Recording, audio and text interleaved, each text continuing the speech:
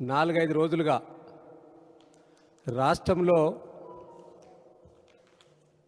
ఒక పక్క విద్యార్థుల నిరుద్యోగుల సంక్షోభం, మరో పక్క గ్రామాలలో యూరియా సంక్షోభం.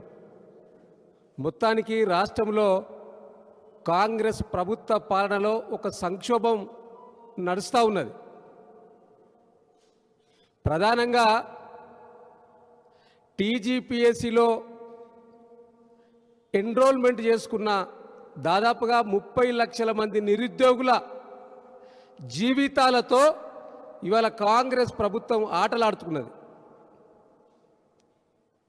ఇవాళ మేము మళ్ళీ గుర్తు చేస్తూ ఉన్నాం. ఇవాళ గ్రూప్ 1 పరీక్షను పారదర్శకంగా నిర్వహించలేని చేతగాని దద్దమ్మ ముఖ్యమంత్రి ఇవాళ రాష్ట్రంలో ఉండడం ఇవాళ నిరుద్యోగుల పాలిట శాపం అయిపోయింది.